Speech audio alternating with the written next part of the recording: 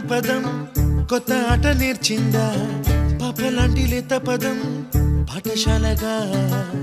కూనలమ్మ జానపదం పల్లె దాటి వచ్చిందా చవళిల జానతనం పాట చూపగా కుంచెలో తాగే చిత్రాలు ఎదురొచ్చేలా అంత